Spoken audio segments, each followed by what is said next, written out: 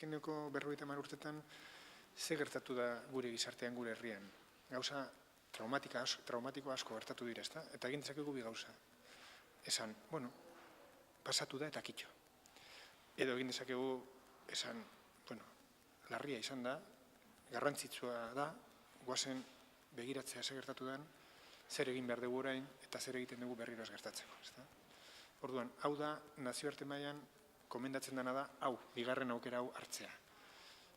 Zertarako zauriak ondo izteko eta batez ere berriro ez gertatzeko, ezta? Eta honi deitze zaio berradizkidetze kultura berri bat sortu, eta hori da, baketik bultzatu nahi duena udaletxeetatik, ezta?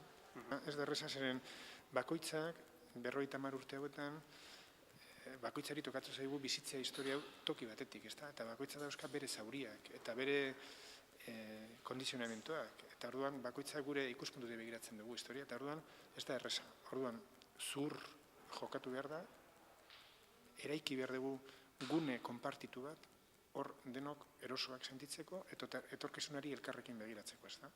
Baina hau ez da garaile eta galtzaileen filosofia hori bultzatzeko gu horren kontra gaude erabat.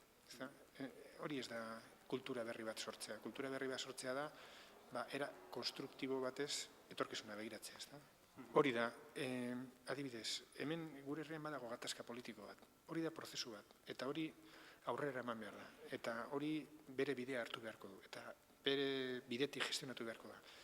Hau, prozesu desberdin bada. Ez da komenigarrian hastea bi prozesuak. Nik uste dut desberdin egin behar dira bi prozesuak, biak beharrezkoa dira, eta gu hitz egiten ari gara bigarren honetaz, ez prozesu politikoaz. Eta hau oso prozesu gizartekoa dela, eta gizartetik bultzatu egin behar da.